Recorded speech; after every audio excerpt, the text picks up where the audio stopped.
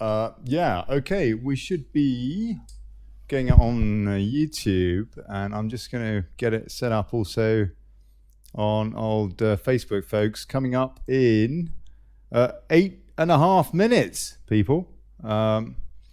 So, yeah, it should be an interesting show tonight, talking about what we're going to do, what's going on with Robin Tilbrook, the latest on the case suing the government from Viscount St David's, and also with Chris Hicks talking about what we're going to do to lobby the government. So that's coming up in just a few minutes, people. Oh,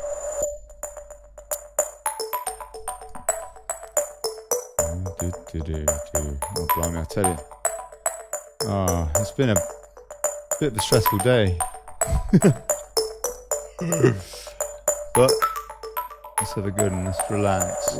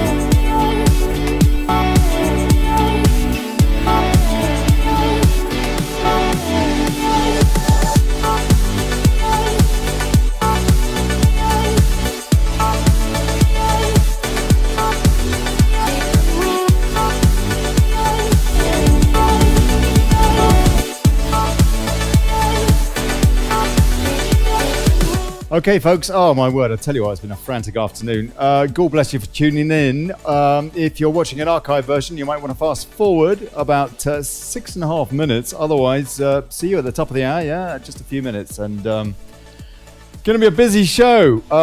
Viscount St David's giving us an update with Robin Tilbrook, who was in the news again today, even in Fake Stream. Woohoo! And we got Chris Hicks as well, haulage man, who is going to be getting bums on seats in that lobby. And we're going to get him chaperoned around to hold those parliamentarians to account. So, hey, 5 minutes, 6 minutes. Okay.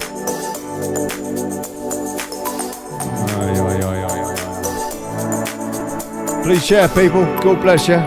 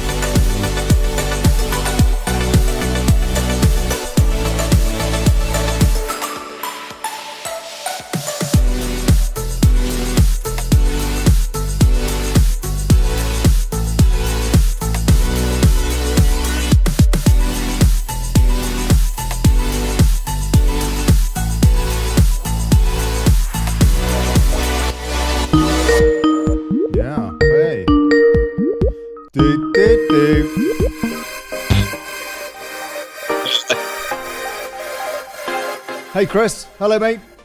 You're right. We're streaming, sir. We're streaming. Going to be just a few minutes. You see me?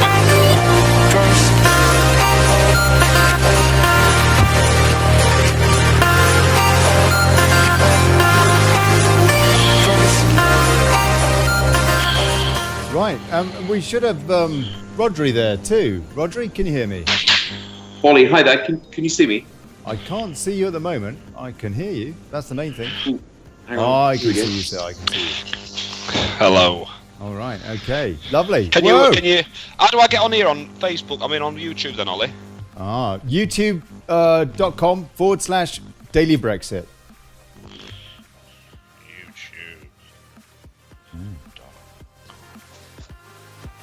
Technical chaos, people. Yeah. Always do this pre-show.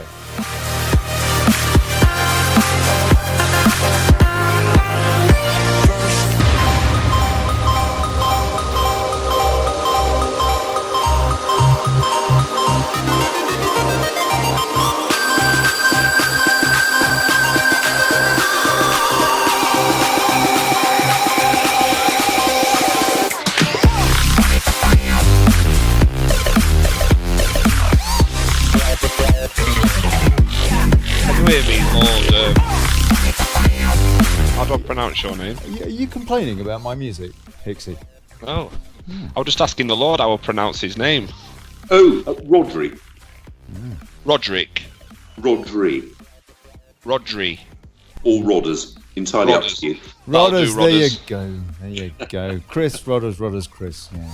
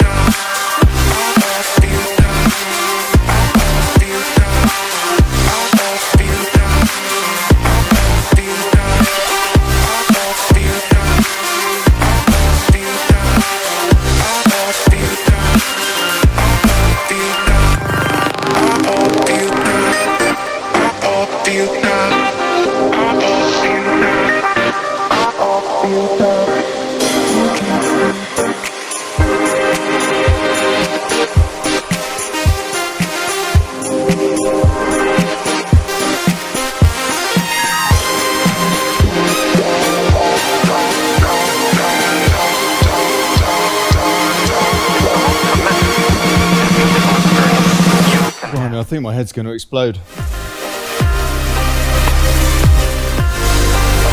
This is almost as bad as Brexit. Oh, It's not copyright as free, bad as Brexit. Facebook. Copyright No way. free. Copyright free.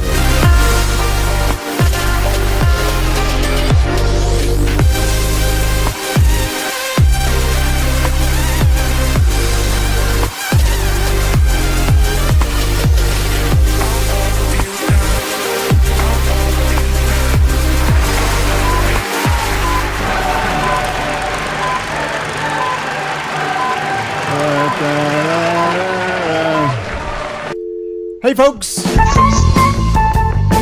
Good evening, good people. Welcome to the Daily Betrayal.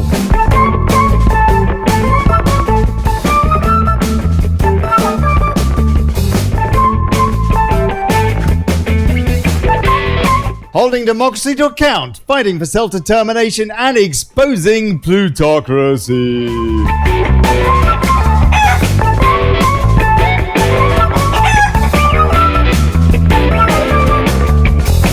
I'm Olly Connelly. Thanks for turning up.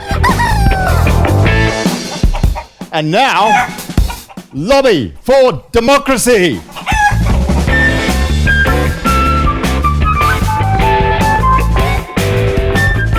Stop being bloody defeatists, yeah? Oh, getting too much of that, I tell you, my inbox is full of defeatism.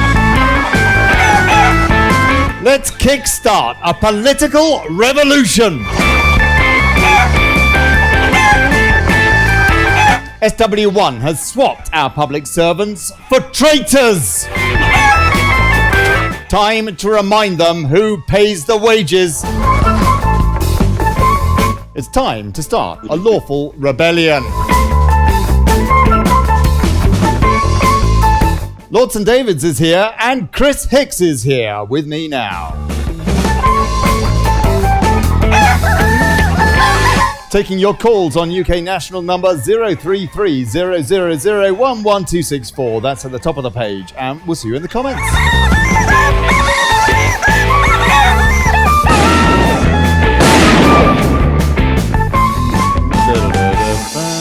Yeah. Please share the show, folks.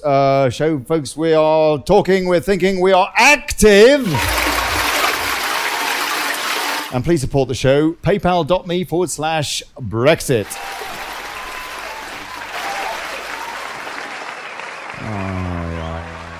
One day, I guess I'll get these. I guess I'll get my graphics right. But I mean, there's, hey, you can take your time over this stuff. Right, okay, let's have a look and see what's going on in the world of fake stream. First of all, gentlemen, I take it that you're both with me, yeah? Chris? Yep, I am here. And Rodri? Here also. Hello, sir. Hello, both of you. Now then, let's have a look and see what is going on. We know that Theresa May is jangling a jewellery over in Brussels Way. Absolutely. Breitbart's take on it, their top story tonight. UK PM May in Brussels as EU leaders deliberate second Brexit extension. European Union leaders are gathering for a special European Council meeting in Brussels to discuss whether to allow the United Kingdom to have a second delay to the official Brexit date. British Prime Minister Theresa May arrived in Brussels Wednesday afternoon, where she will put her case, which she has been putting her case, I guess, to the gathering of EU heads of state before being asked to leave the room. From then, the leaders of the 27 EU member nations will debate how to respond to the PM's request for more time to work on how to keep us in this bloody EU fascist club, presumably. No real surprises. So boring. Something that maybe is a little bit more pertinent to today's show and less of a Groundhog Day kind of a story is in the Express, and very much the subject, partly at least, of today's show, leading us into maybe opening question to Rodri. Legal experts March 29 Brexit delay challenge deemed strong case in the High Court, and actually getting some fake stream coverage in the Express. A former appeal judge's claim that a Brexit delay is illegal is now up and running in the High Court as Theresa May battles to get her withdrawal agreement through Parliament. The English Democrats, that's Robin Tilbrook's party, he's the chairman of that, the guy that has put this case forward, alleging that the extension to Article 50 is illegal. And as you may know, Viscount St. David's, who is here now, is guaranteeing that case. The English Democrats claim Mrs. May did not have the power to extend Brexit past March the 29th, the original deadline for the UK's exit from the European Union.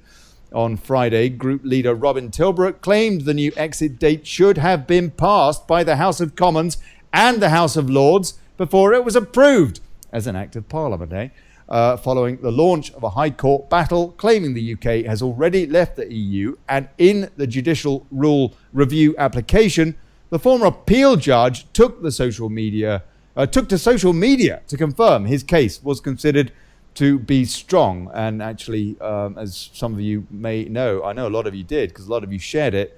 I was sharing that information from him when he let me know last night. In his latest update on the case, Mr. Tilbrook posted on Facebook, High Court judicial review cases don't happen overnight, but the case is now fully up and running in the High Court. It was issued and papers served last Monday that was, and our barrister has already completed his detailed submissions, which we have also filed and served. Our barrister has reported to me that he initially thought that we had a good case, but the more he studied it to draft his detailed submissions, the stronger he thought it. I have to say, Rodri, this is very exciting now. Is there any further news since this story today, please? The answer is yes. The government has responded, basically asking the court, or saying to the court that the government position is that this case should not be held on an expedited basis, i.e. there is no urgency, which is an extraordinary statement. The High Court, in turn, has come back with its first ruling that the government has to respond within the next 7 days, at which point we would then expect a listing date for a further hearing. I think much of the enthusiasm for the case is in actual fact a greater understanding of international treaty law. A government is not simply entitled to deal with international treaties without passing acts of laws within its own constitution. Theresa May failed to do that by March the 29th. Going to Parliament, and we've got the Yvette Cooper amendment, etc., to apply retrospectively is a pure nonsense, infuriating. And if you don't mind me saying, the earlier point you made about Theresa May in Brussels, I mean, to hear from the pipsqueak in Paris, the granny basher, President Macron, that he is threatening to throw us out with no deal. You know what? I wish he'd carried through on that threat, because that's exactly what this country needs. The irony is extraordinary. Yeah, absolutely. Now, they're saying it's not, the High Court is saying it's not urgent. What could be more urgent than giving certainty to British business? Well, Chris, what do you think? Well, I just think that from the start, we was never going to leave on the 29th of March. We wasn't ever. Everybody knew it. I knew it. We all predicted we wasn't going to leave. Now, what concerns me more than not leaving is the fact that regardless of people remaining, people who voted to leave, democracy died in this country on the 29th of March. So whether, even if you're a Remainer, you've still got to have that cross your mind, and that's still got to affect you, because this is what this country was built on. It was built on democracy. I mean, look at my great-granddad and my great-uncle, what they did in the war for people to sit at home as they are now listening to this and have freedom to go out and do what they want to do.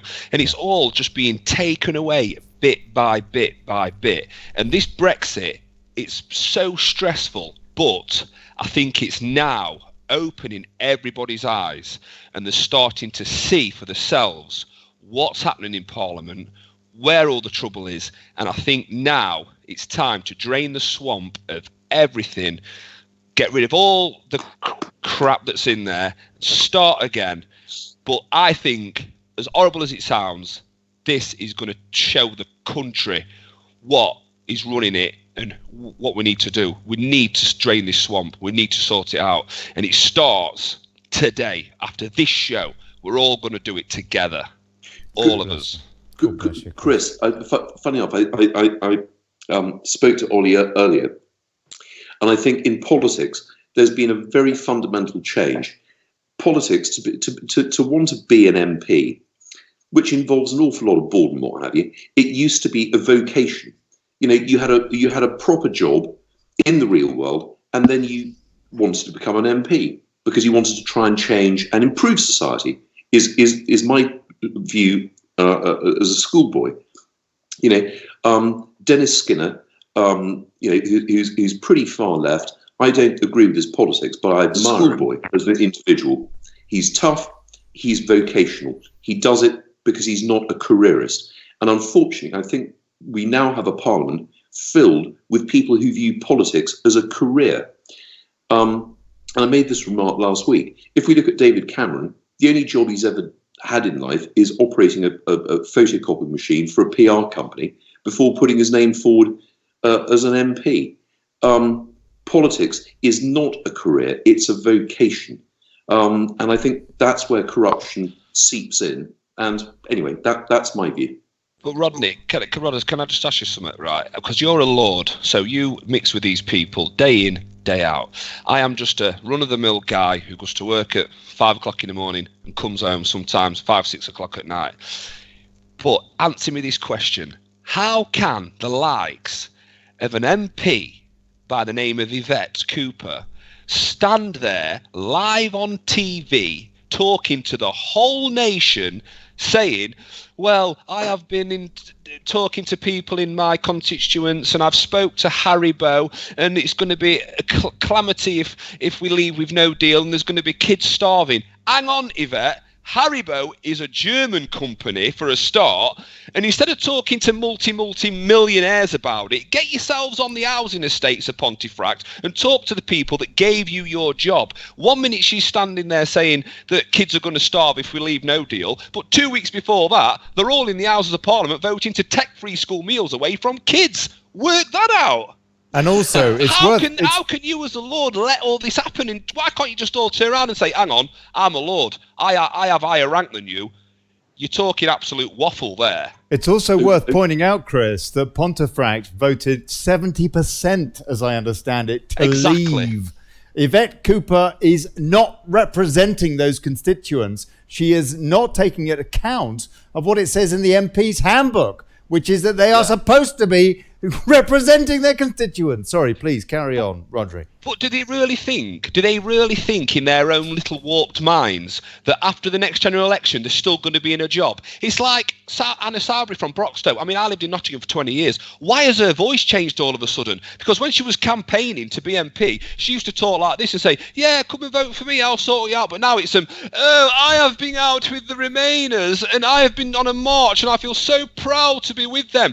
You might have been out with the Remainers 3 days ago, but there weren't 17.4 million Remainers with you in Parliament Square, was there? Anna Soubry, Broxtowe also voted to leave. Broxtowe voted to leave as well. And I tell you something, I've got friends in Broxtowe. Not one person likes her. What are these people going to do when they get told to pick the coat up after the next general election? What are they going to do? Walk around with a load of Remainers waving a flag? Well, Chris, if you think of Neil Kinnock and Gladys Kinnock, you become a commissioner in the EU. You get paid $1 million a year, and you get to pass law over us not having been elected. That's effectively what's happened. But by the way, I don't want to compete with you, but I'm an industrialist. I've been in manufacturing all my life. I built a steel factory from scratch.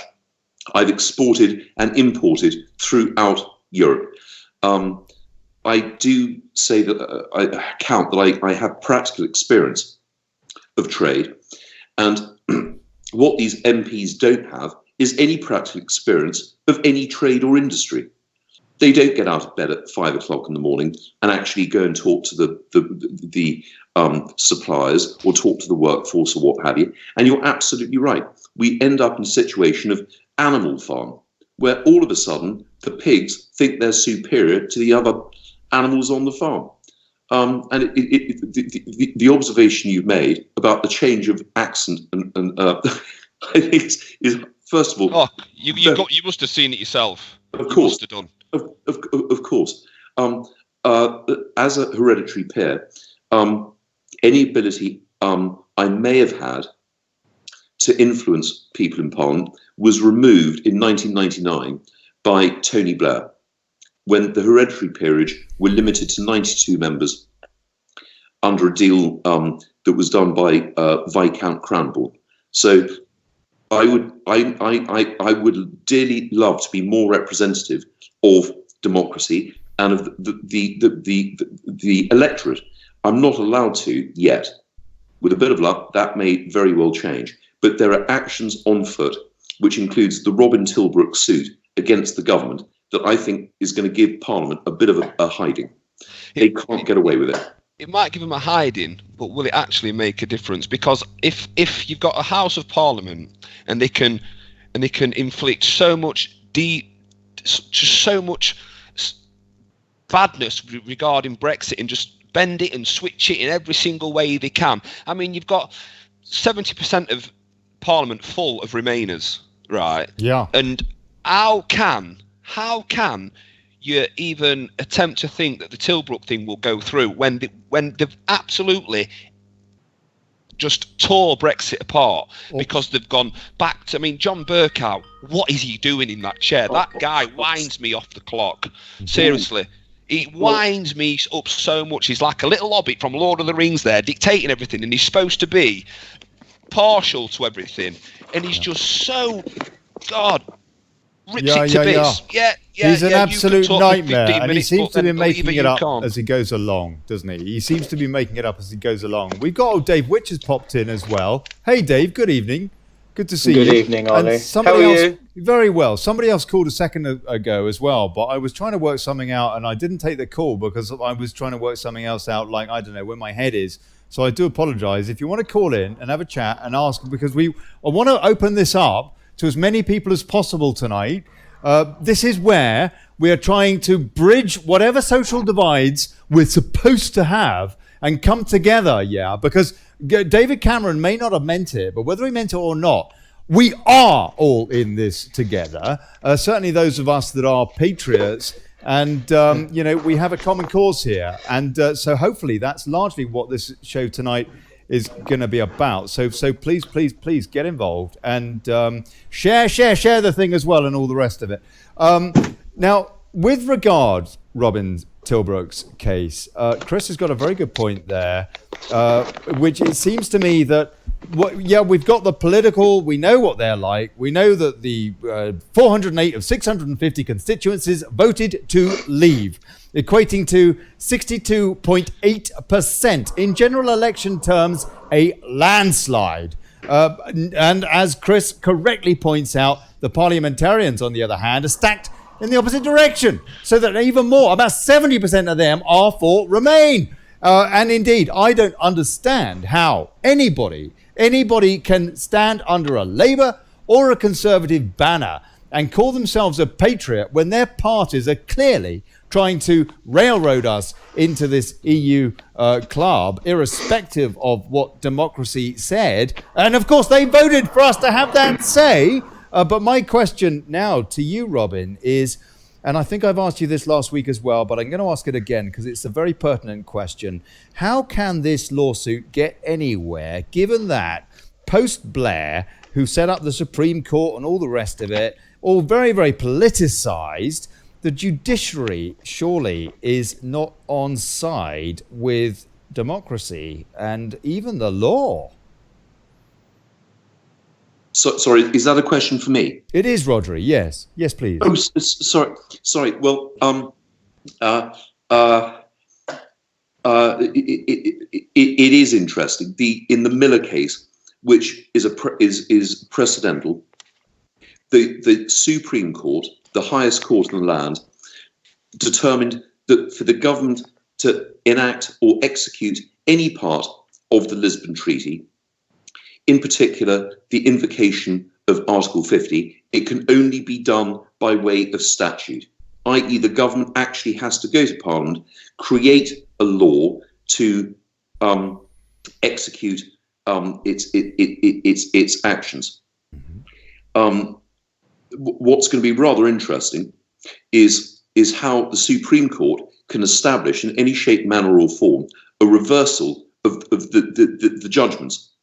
And the judgments in the Miller case, there were 2/3 of the judges who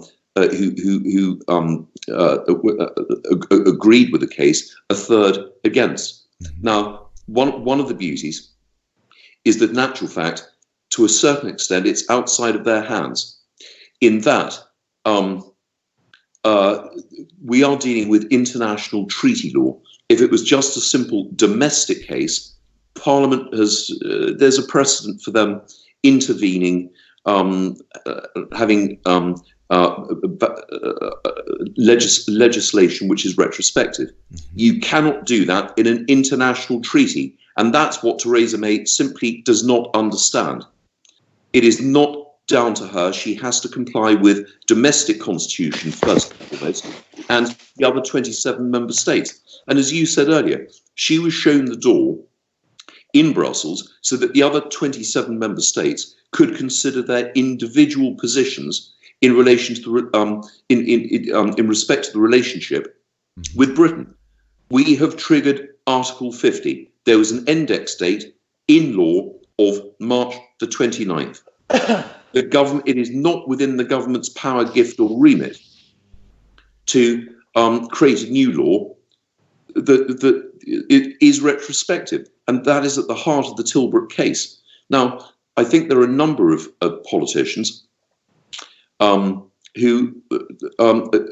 agree with that position, and I think Theresa May has put herself in extremely tenuous and dangerous territory by doing what she's done. I mean, she's had 2.5 years to think about it, and this is what she's come up with. And then we've got Paris, President Macron, threatening to throw us out. I mean, it's shocking. Well, let's hope he does.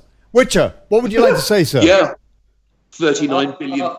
I think it's very interesting that we've got a peer in the House tonight, and I would give great reverence and respect for his presence tonight. Unfortunately, I think that the peers, a very good group of people, need to find their strength, because he's absolutely right. Tony Blair stripped them, but they should have stood fast at the time. The peers are generally a good group and bunch of people, and I'm hoping that they have their finger on the pulse and they're feeling the vibration that's flying up and down and around this country. And I think we're in a constitutional crisis. I think we all need now, a bit like 1688 Bill of Rights, we need the commoners, the peers and the monarchy all to come together and sort this out. Now, I'm a peaceful man.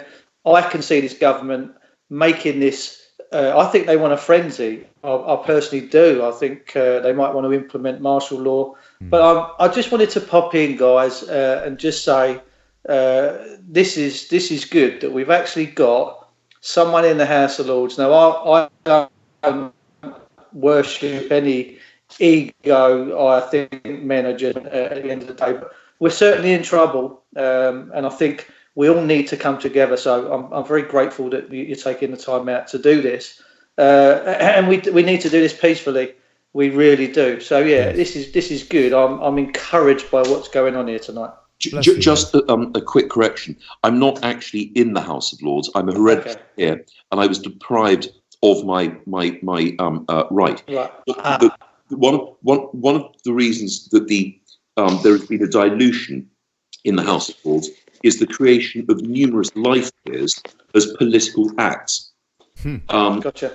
So what was? I mean, I as the eldest son, prior to, in the 1990s, I spent a lot of time attending the House of Lords. I wasn't allowed to speak. I was allowed to sit on the steps of the throne, which is damn uncomfortable, by the way, because it's quite knobbly.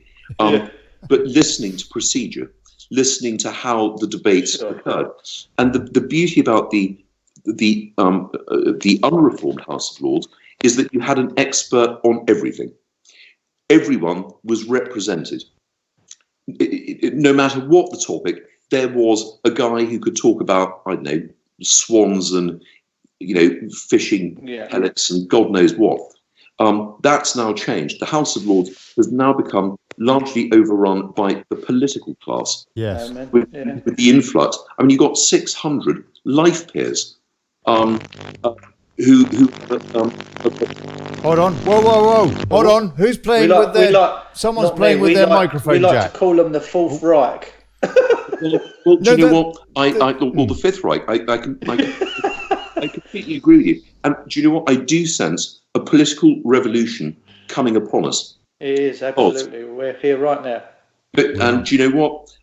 This notion of class division is not correct.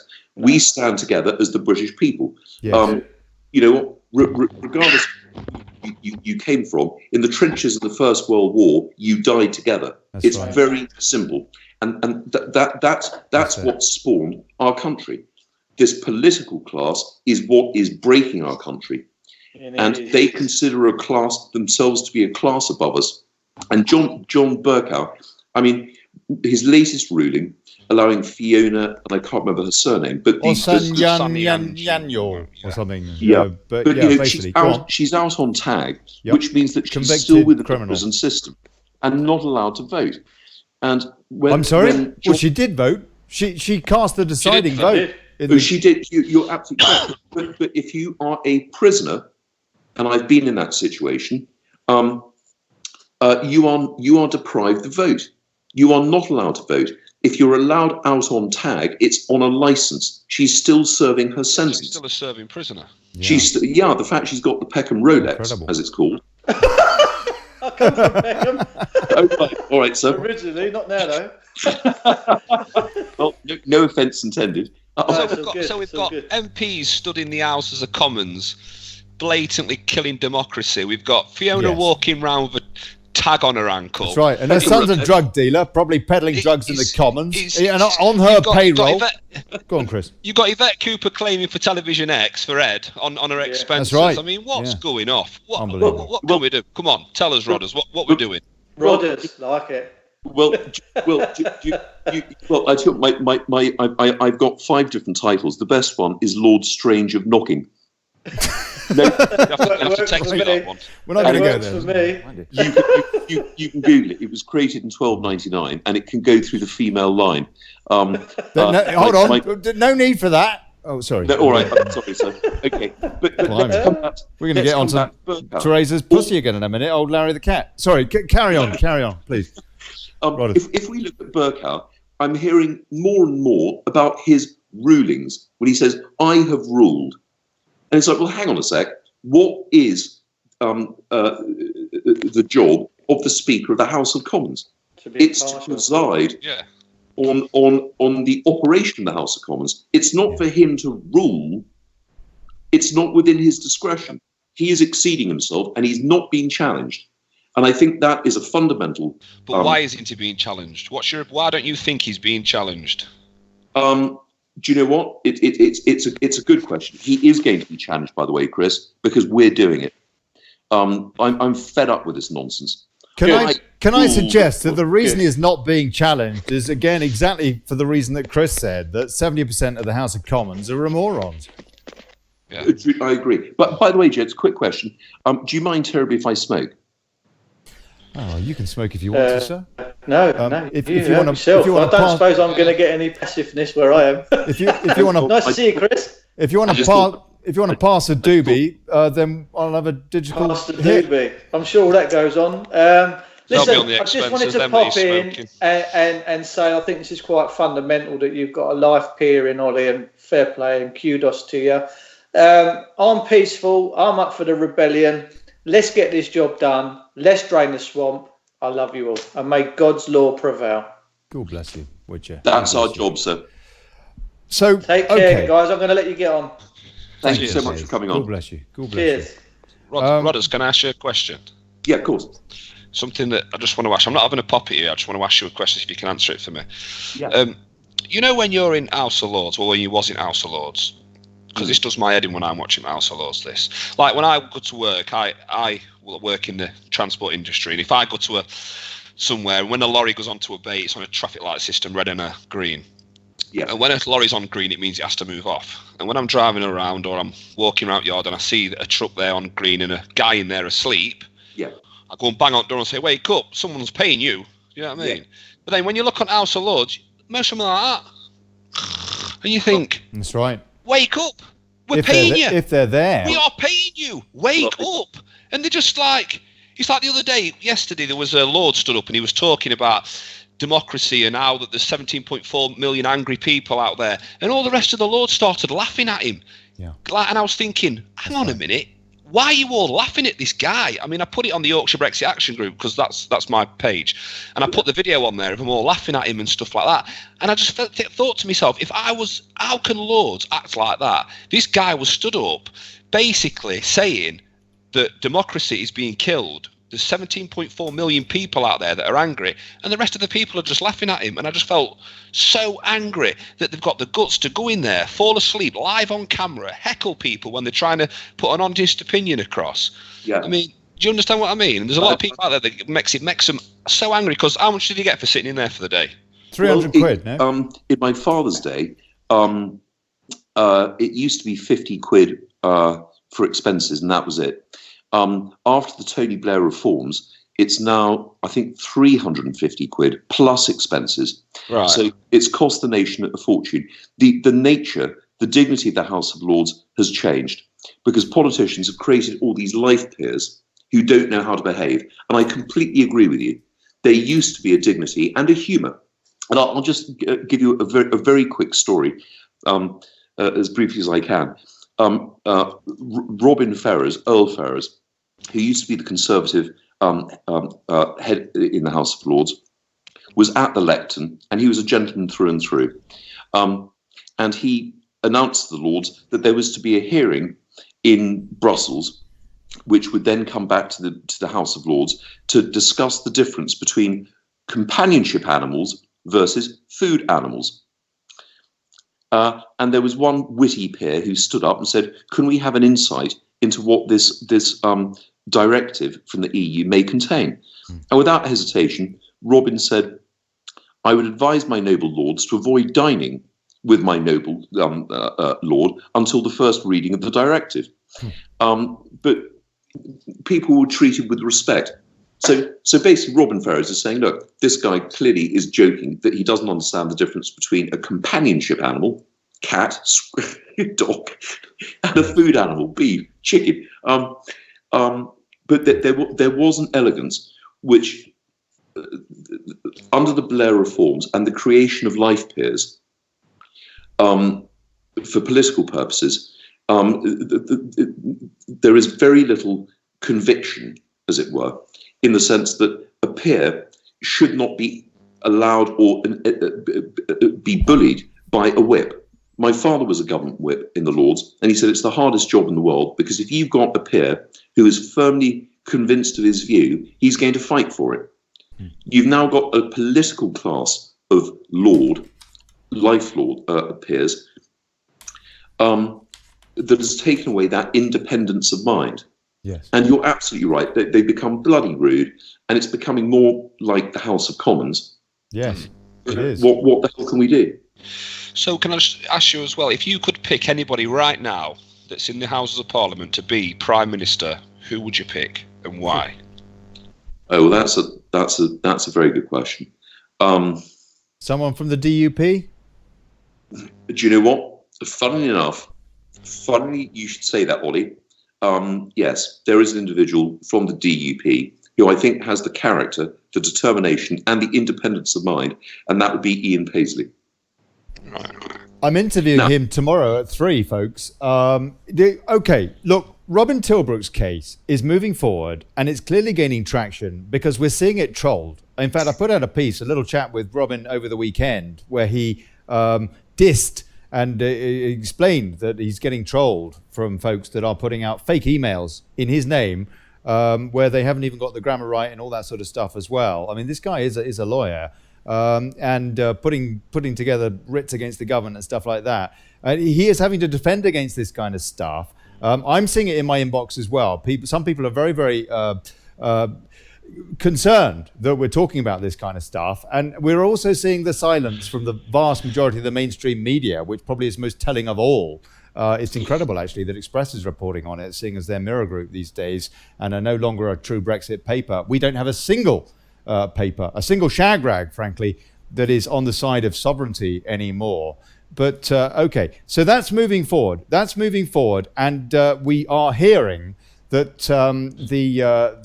there are people in the judiciary who are saying that it does have veracity, that there is something here to this case, and that's all very exciting. But because it is not getting the attention it does deserve, and because the SW1, the parliamentarians are not treating democracy with any respect whatsoever, and making it up as they go along, we clearly need to back this up with further action. And that's really the theme of tonight's show, Lobby for Democracy. Some of you will have heard my story of when I came on the 29th and we were all in Parliament Square and all the rest of it. And then on the following Monday, I went into the lobby. I was hanging around there, giving them a bit of a hard time on Village Green, the press pack and all that. And then I popped into the lobby to petition my MP and I didn't see her, but was talking to other MPs in the lobby at the same time, or trying to, asking a very simple question. And one of the people I asked was Emily Thornberry. And I said, 408 of 650 constituencies voted to leave. Where is the democracy in this place? And anyway, before I knew it, I had a copper tapping me on the shoulder saying, look, I'm going to have to escort you out of the building because we've had a report that you are causing alarm, harassment, and distress. Yeah, that is how much. Oh, yeah, and it was from her political advisor, by the way, that was with her SPAD, Emily Thornberry's SPAD, gave that report, that allegation, Sophie Travers, actually, to be precise. And so I was kind of like put in a parliamentary detention for about an hour and a half, whilst, they had to they took my side of the story, these police, about 6 cops surrounding me.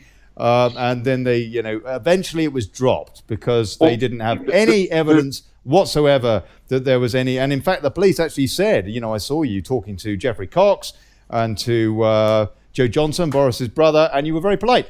Didn't see your interaction with Emily Thornberry, though. But anyway, they dropped that. They dropped that because it was absolutely a lot of nonsense. The fact is that they are perverting democracy. You cannot even ask a question now. But when Lord St. David, Rodri came on the show last week, and we were talking about Robin's case, and then I suggested to him that maybe it would be a good idea if we did take a coachload of people to the lobby at the Palace of Westminster, not just once, but day in, day out, every single day, flood that place with patriots, with Democrats who just want to ask their MP what is going on with the democratic will of the British people, for crying out loud.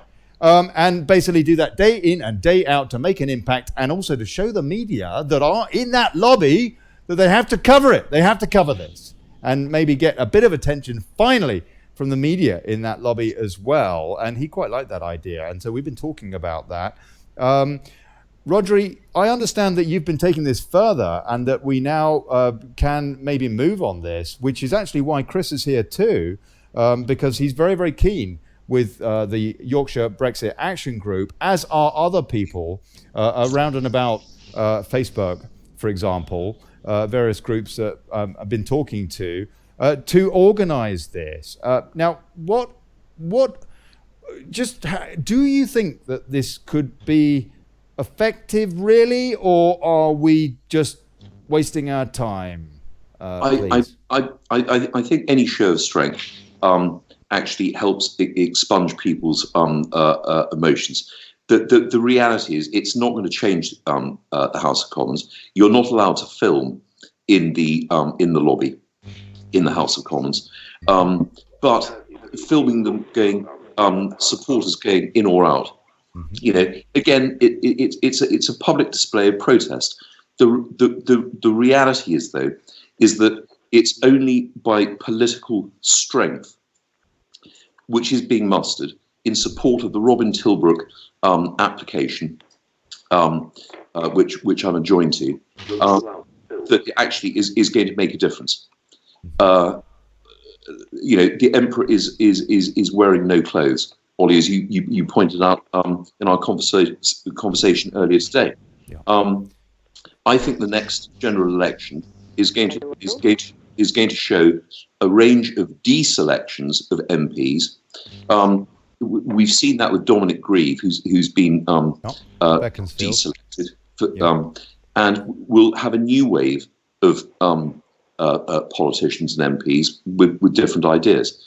But we've got to wait for that day. However, it's going to be very difficult to overturn the application that's in front of the government right now, and the government's response today could not have been more, I say, interesting. The government did not object to any of the motions brought or within the application.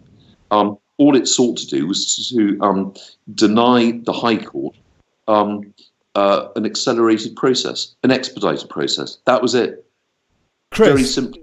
Chris. You would have thought the Treasury solicitor would have said, in actual fact, the case has no merit, blah, blah, blah, blah, blah. They didn't say that. No.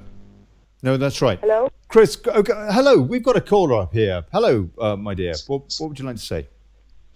Hello, your dear is called Wolfcat. Hey, Wolfcat. How are you, Wolfcat? Yeah, Lycoi, commonly known Andrea. Right, well, I've got to say a few things. First of all, I'm an immigrant, kind of by choice. I got stuck in the United Kingdom. I married a British soldier in Germany back in 1987. We have a son together. Eventually, obviously, came over here to settle. So I lived under British jurisdiction since the day I got married. And then a lot of things happened. Well, first of all, when my former husband, the father of both of our sons, was in what used to be called theatre, the Viscount will know that very well, back in the Balkans. It all started with the fall of the Berlin Wall and the reunification of Germany. That's when it started, right? That's when the EU really kicked in, and it was palatable every single day. But I lived under the British jurisdiction at that time, and they sent off my ex-husband to theatre, they used to call it. I think it's a little bit more palatable than war zone. Yes. We worked out that from approximately 16 years of functioning marriage, we've been separated from each other for over 9 years. Mm-hmm. So that's over half of that. Mm-hmm. Then I feel more British than a lot of British people do. I feel very passionate. I'm actually, the first time that I came and settled in Britain, because us Germans, born and bred German, and my Germany, the Germany I was born and bred in, no longer exists. The Viscount will be able to relate to that because he's a politician. I'm a child of the Bonn Republic prior to reunification, right? Former West Germany, completely different. I don't even know how the Berlin Republic ticks because Angela Merkel is a Marxist. And I've got no idea how this country is ticking. Now, I feel so much more British. When I came to Britain and when I met British people, I tell you what, it was the first time. They called me stupid for, I'm so sorry, I'm from Germany, I'm so sorry, the Holocaust. I was just apologizing before anybody said anything. Do you know what I mean? I got to say, I think the German... When I came to settle in Britain, that I was allowed to feel some form of pride, of belonging.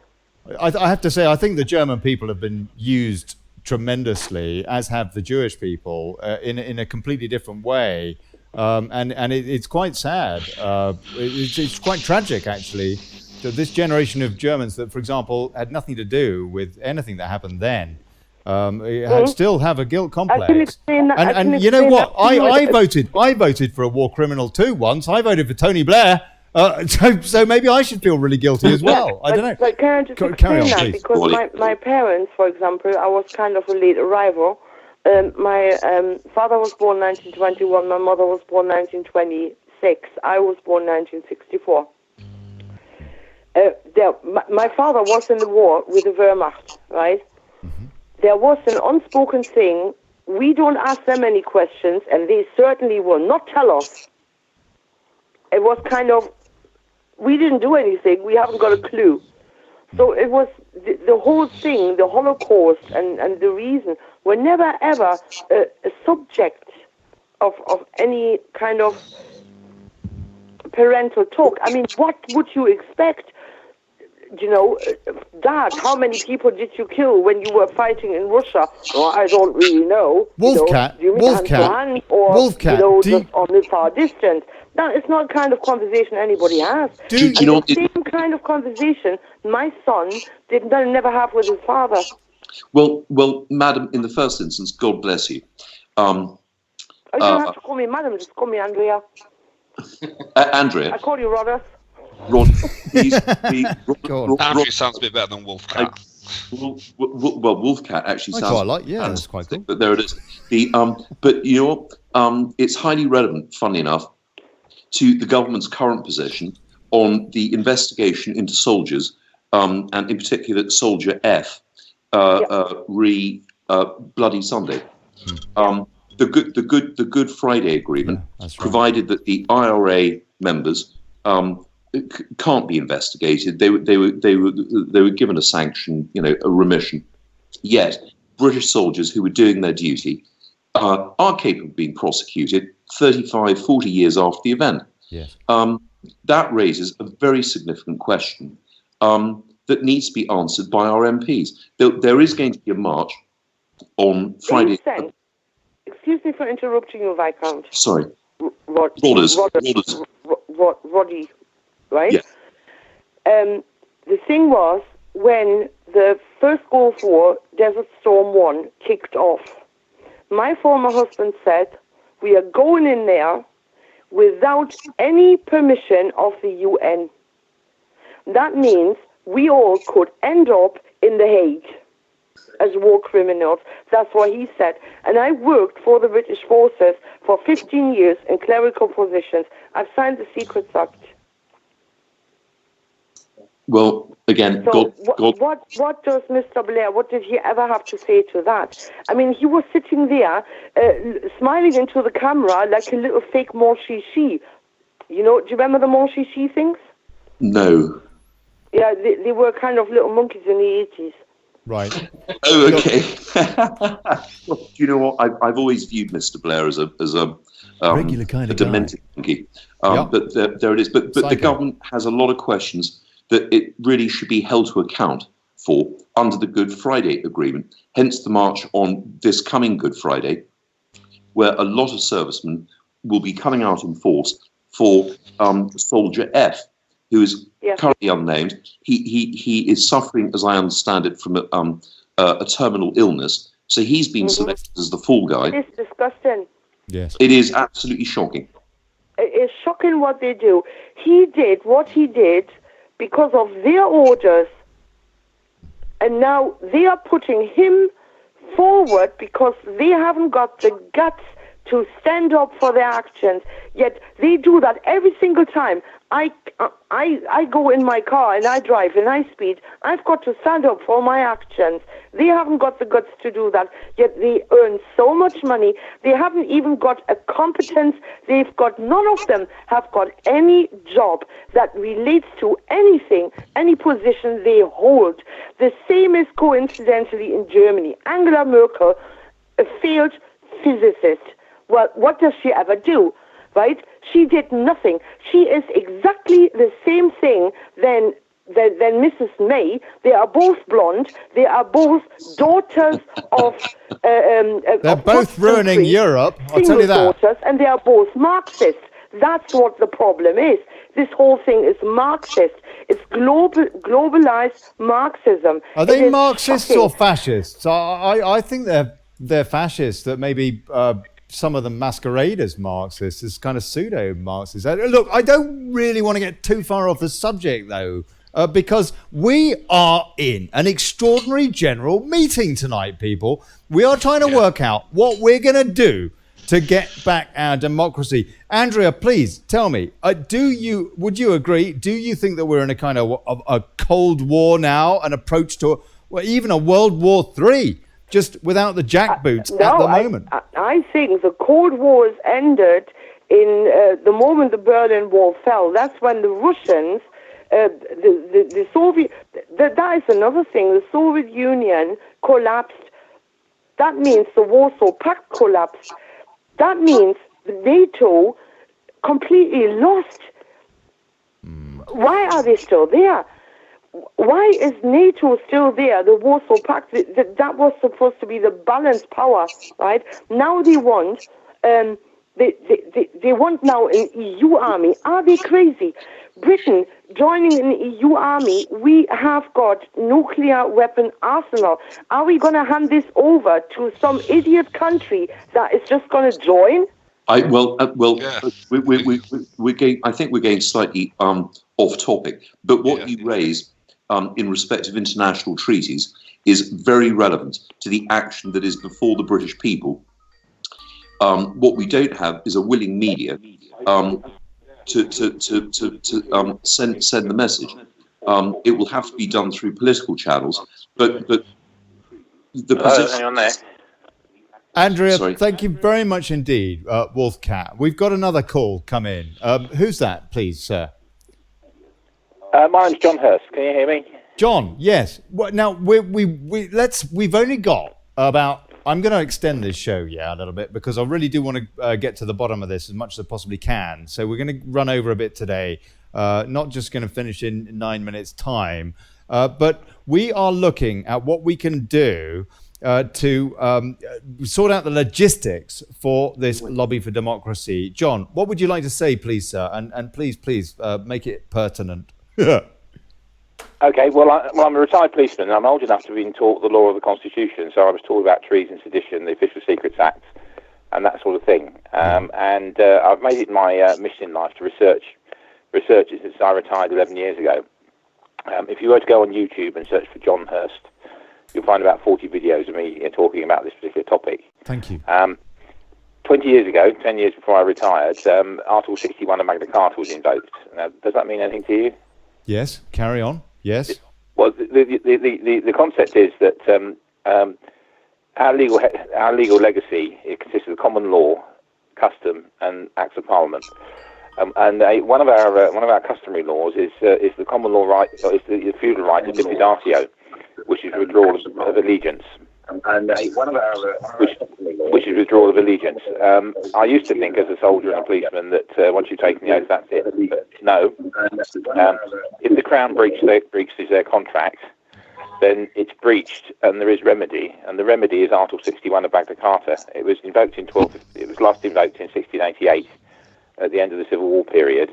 Yeah. And it produced the Bill of Rights, which is our current written constitution. Now, you might think we haven't got a written constitution, but we have. And what's happened is it's been hidden for the last 40 years. I'll send you an email afterwards, some links to videos that have been made on this particular topic by myself and others. 20 years ago, we did some legal research and got a QC's opinion. It's the late Leonard Price. There weren't many QCs that specialised in constitutional law because there wasn't much work in it. His day job was Professor of Law at St Anthony's College, Oxford. Nothing's changed. He checked the research that we'd done, and he used lawyerly language. Magna Carta is good law. Article 61, the right to rebel, is good law. So lawful rebellion is lawful, and that's what we did. About 350 people, 350,000 people, as a result of publication in the patriotic press, petitioned every member of the House of Lords, and this is the proper House of Lords before the 1999 House of Lords Act. In 2001, a Barons Committee was formed, which is authorised by Article 61 of Magna Carta. Yes. So 25 barons heard the case against the Queen, and they ruled that she was out of order giving royal assent to an Act of Parliament that gave effect to a treaty which undermined our sovereignty, which gave our sovereignty away to Europe. That was actually recognised, as I understand, by Betty Boothroyd in the Commons, the then Speaker of the House, no? You've seen one of the documents. So strictly speaking, she was referring to a case called Pepper against Hart, which is to do with the interpretation of statutes and reading Hansard. But yes, in general terms, she's upheld it. More importantly, on the 300th anniversary of the Bill of Rights, the Queen herself in 1988 confirmed that the Bill of Rights is the foundation of our Constitution. What you'll find is that lawyers don't know that. Lawyers since the early 70s haven't had the Constitution in the examined part of the legal education syllabus. What that means is there's a syllabus. No civics. They don't teach civics anymore. They don't teach the common law. There used to be an O-level on British Constitution and an A-level on British Constitution. That went at the same time. It never made it to the national curriculum. The present generation of lawyers, unless they're senior, unless they're judges, have had no training. They've been taught public law, which is a different thing. They haven't been taught constitutional law. And the fact that we've got a written constitution in the form of the Bill of Rights, Declaration of Rights, has been hidden. What we seem to have... 20 years ago, an associate of mine got an invitation into the House of Lords Library to transcribe the Declaration of Rights. And the reason he had to do that was because it wasn't publicly available, it was hidden, it was occult. What we seem to have, John, gentlemen, what we seem to have is we have the law which has been perverted, but a lot of it has been under royal assent, such as in 1999. But then we have perception, which is changing things again. How do you square that circle, Rodri? Well, Mr. Hurst, first of all, you're spot on. There are very few experts in constitutional law because there's not much cause for it. It's very occasional that this type of opinion is required. However, we do have that in our case. Apologies. And there is reference made to the Act, the Bill of Rights that you described. These papers will be made public. My guess is towards the end of next week. They make for fascinating reading. But when it comes to perception versus law, we can go back to John Bercow with his rulings. The perception that he's allowed to make these rulings is an utter nonsense. He's exceeding himself the whole time. But we do go back to precedent. Precedent, of course, effectively creates law, because that's what a judge has said. And if it's not appealable or hasn't been appealed or successful at appeal, that decision stands. In our case, we are heavily reliant, ironically, on the Miller case, which is very recent. The current Supreme Court judges are extant, so it's not as though it's moved 20 years on and there's a new legal type of mind.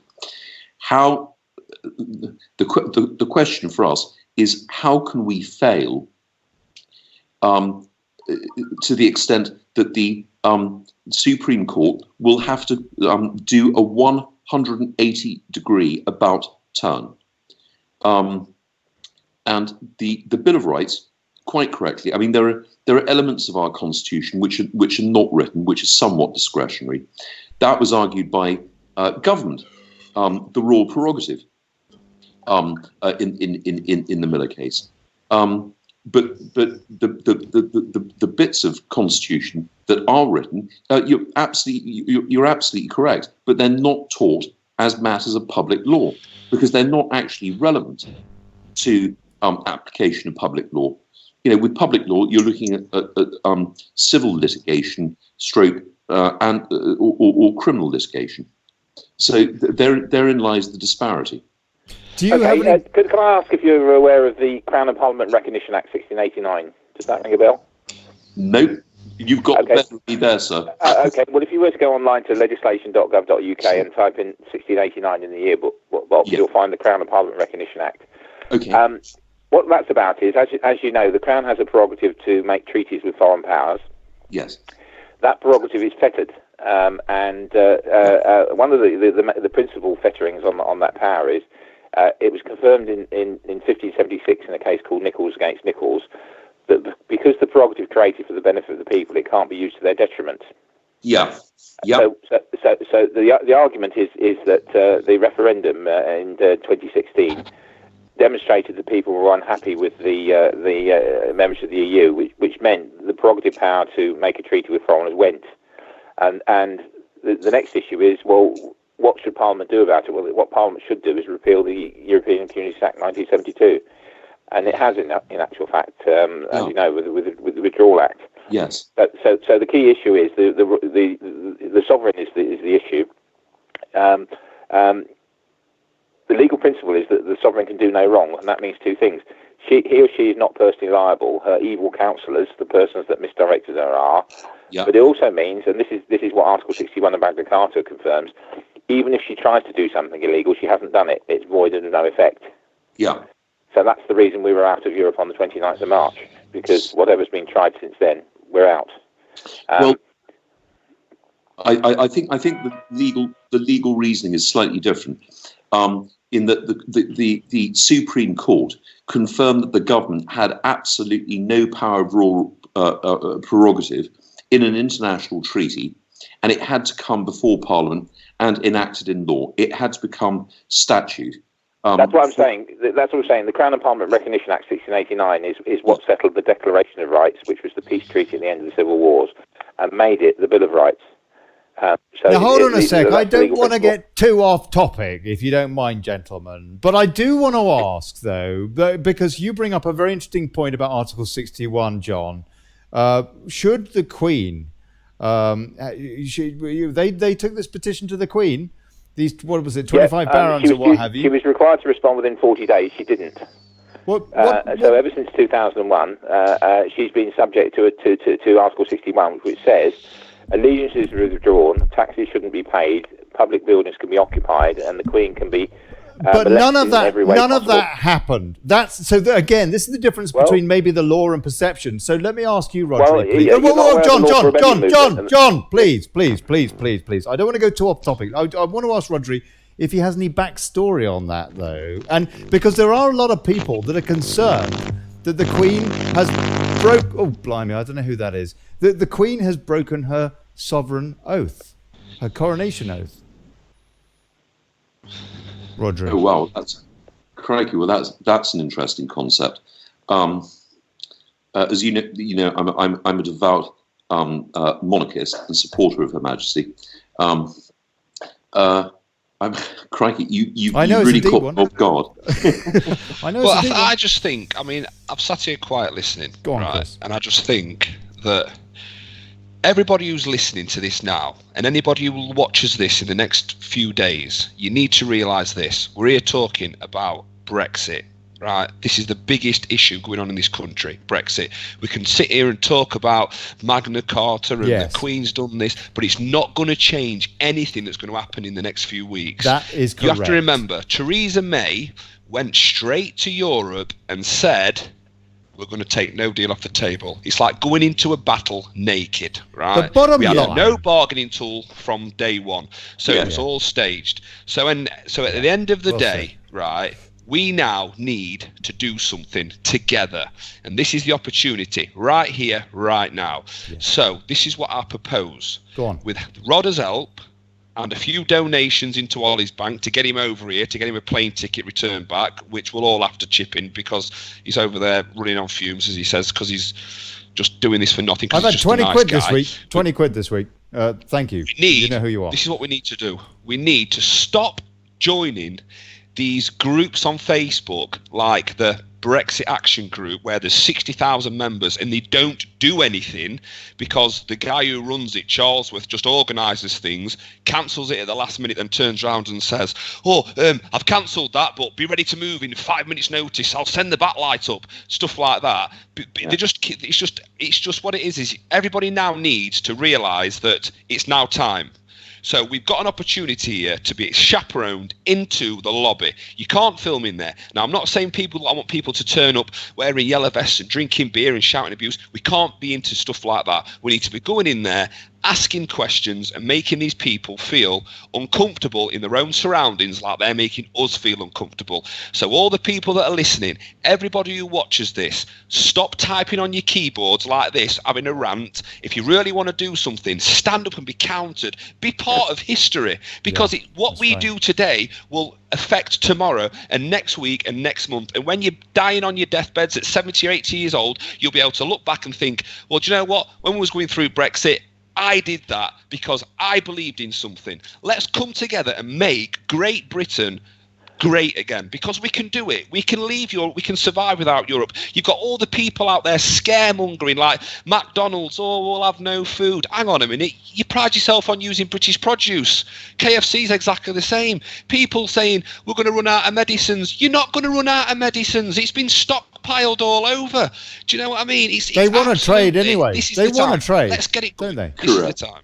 They want to keep trading too, Chris. There's no problem about, there's no issue with that. Of course they do. No, okay. So the practical logistics is that we need to get into that lobby and petition, and hopefully trigger a wider lawful rebellion. So we need to get out of Europe. I mean, even Turkey wants in at Europe. I mean, Turkey, you've got like 82 million people in Turkey. Imagine them being part of Europe. It's going to be the future of Europe and European Union is going to be without us. it'll crumble, because we are the cash cow. We are the people they come to when they need a blank check. I mean, all in all, we put 14 billion into the EU, and Poland has 11 of that for a start. And like, when Polish women retire, they retire at 60. Our women retire at 67, and they're taking money off us, and our people are working harder and harder and harder to pay it. Well, actually, I'd like to include. You're absolutely spot on. We are the only country in Europe that repaid its war debt to America, that funded our participation in the Second World War. That was paid, I believe, in March or April 2007. That's right. I can't remember what the final payment number was, but we forgave Germany. And I can't remember which chancellor we had, but we forgave Germany its war debt to help them with the reunification of Germany. Yeah, we actually said, "Don't worry, we'll help you write it off." And yet we carried on paying. Rod, isn't it? Well, don't worry. We're the police force of the world. We'll give everybody a blank check. You can rape our country in every way, shape or form, because we're Great Britain. Just take it. It don't matter. We can't be seen to be prejudiced or racist or fascist or anything. Let's just give you what you want, because we are Great Britain. Have it. We'll just starve. Have it. And that's exactly what happened. We're the only country that repaid its loan that we took out from America to pay for our armaments, our ships, our war effort. We're the only country that ever paid more for us. More for us. Honestly, it really winds me up. But these people, everybody now, you need to get involved with this. We need to get buses down there. Okay. If it's one a day for a week. The logistics. All right. So, Rodri, I understand that you know a man who can, in terms of the security side of things. Please tell us a bit about that. Certainly. I prefer not to mention him by name. Yeah, that's fine. Yeah, because that would undermine his effort. He's bang on side. He's a senior. I won't mention his rank, but Westminster is his patch. I've asked the question: is it possible? Can you tell me what the security arrangements are? Because they seem to shift. You've got the internal House of Commons security detail, who basically are bureaucrats, and they'll use any excuse to refuse access because of concerns of terrorism and God knows what. So I'm waiting for advice on a mechanism where we can have up to 50, 60 people is what I've requested in the lobby who've got security clearance on an expedited basis. I.e., they come off the bus, the handbags are searched, etc., etc. They get a tag. They can go straight into the lobby. And bearing in mind that the lobby is about, it's a sort of an octagon or so, I think, but it's about 10 square meters. So 50, 60 people would flood that lobby. Please carry on. Well, what it means that any member entering or leaving the chamber can be interrogated by up to however many people, 10 meters by 10 meters, which is 1,000 square feet. Is that right? Have I got the maths correct? Yeah, well, 100 square meters anyway. But those MPs also, they cannot really get around that Commons too easily without going through that lobby, and that's where the media are based, is it not? So, in other words, they cannot avoid us. Well, correct. And the other thing is that the media can't avoid the people. Yes. And doubtless the people will want to be having a chat with a journalist, Laura Kusenberg, you name it. Just in general conversation, in a peaceful way, a lawful, peaceful way. We need to stress that. It needs to be a peaceful. We don't want people that's going to come around with smelling a beer with a can in their hand, shouting abuse. That's not what we're about. Yeah. It's like I stated on the Yorkshire Brexit Action Group on our Go Slow protests and going down to London. We don't want anybody around us drinking, nobody that's going to use foul language. That we're not going to be that kind of thing. We want to go in there just to make people feel uncomfortable in their own surroundings just by our presence and just asking questions in a productive, nice, polite way. Yes, well, that's what we need to do. Being polite that excludes me. I'm kidding. No. Okay, so we can do that. Now, we need to do this, though, not just once, Art. We need to do this day in, day out. It is our democratic right. We are allowed to do it. It's incredible that people are not aware that you can do this, but we can we not? No? Well, I tell you what. One of the potential dangers is John Bercow making a ruling that, in actual fact, the lobby will be off limits for the protection of its members, and that's the sort of ruling that I'm rather fearful of. And I'm trying to clarify what the extent and limit of his rulings are, because we all stand outside the front door then. Do you know what? If necessary, but you can hear it now. John Bercow saying it's my ruling for the protection of the members, because he is responsible for the conduct of Parliament. In actual fact, to put the lobby off limits. Is that his jurisdiction though? Because it's not inside the Commons chamber. Well, it's within the Palace of Westminster, and his rulings. I think he's already exceeded himself. Yes. By allowing Fiona to to vote. His ruling, as you broadcast last week, Ollie. That rapid speech he made. I rule the following. It doesn't require royal assent. It doesn't require means and measures, legislation, etc. Actually, he's making up law on the hoof. And it's beyond himself. Yeah. And So how do we stop him? Tell us what do we have to do to stop him?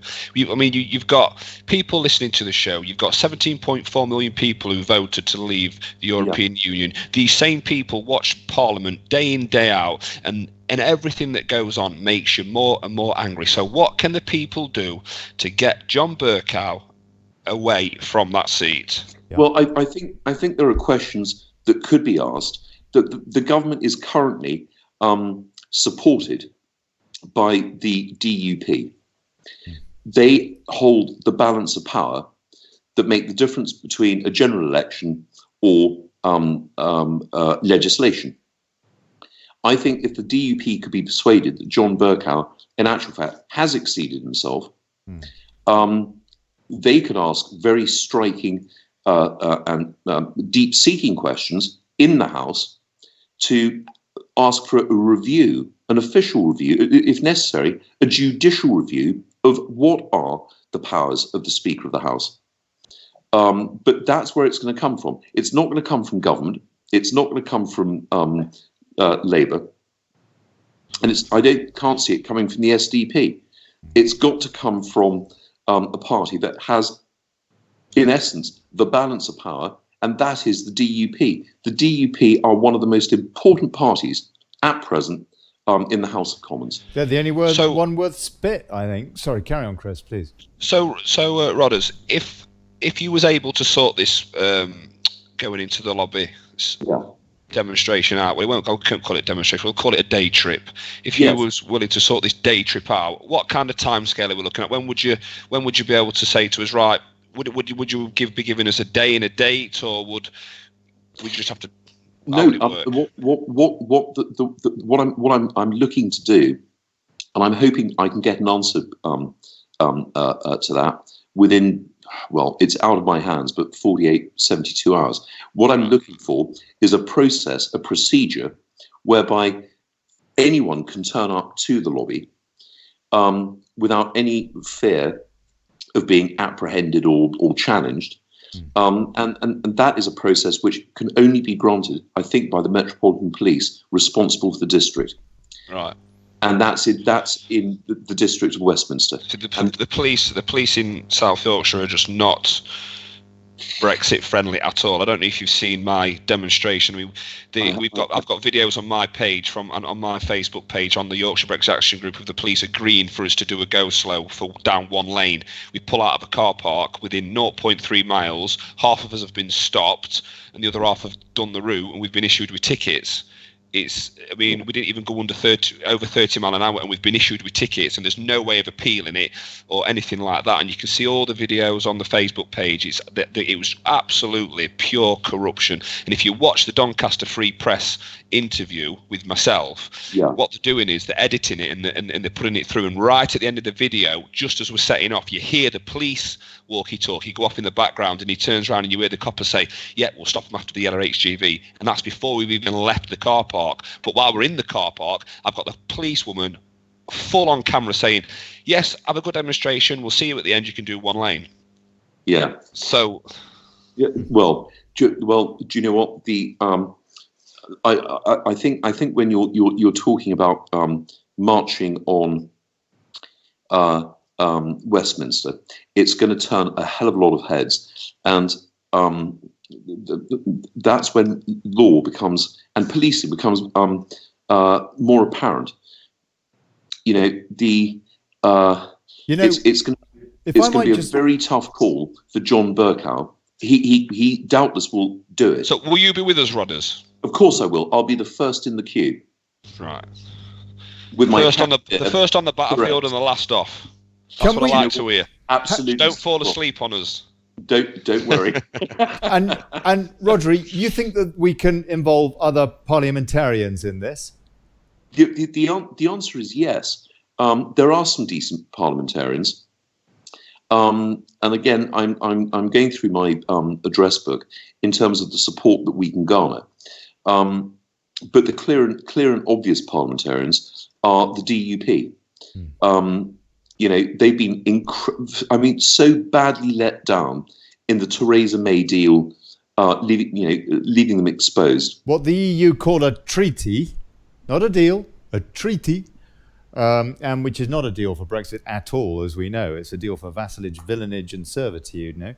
Yeah.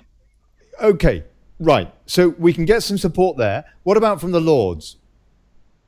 Do you know what? I think we'll have some good success there as well. The crossbenchers, I think, are furious with the government. I know that there is dissent on the Conservative benches. On the Labour benches, I'm not so sure, but I'd be surprised if we didn't also get support from the Labour benches. It comes back to an earlier point, Chris, that you made. How we've been treated, both by the Commons and by the House of Lords. There are some decent folks, and they will stand up and be counted. And I can guarantee you, I'll be the first in, the last out, and I won't have a nap en route. That's it then.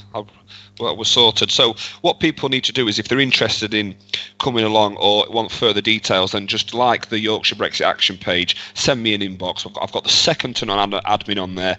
They will always answer your questions. We don't put up with people. We're not a group because I didn't want to be a group because, like all the other groups, they just say, oh, we've got 20,000 new members now, we've got 40,000 new members now. Mine is basically set up as a page. So it's just a free page. I can control what's coming in, what's coming out, and if anybody wants to get in contact to involve themselves in this, then just message me and I will make sure that you are a place on the bus, on the train, or however we get down there. I will arrange something. Okay. But yeah, definitely. I have put that in the comments. It's pinned to the top at Facebook, or will be in just a sec, and it is in the comments. I can't pin it, but it's in the comments on YouTube.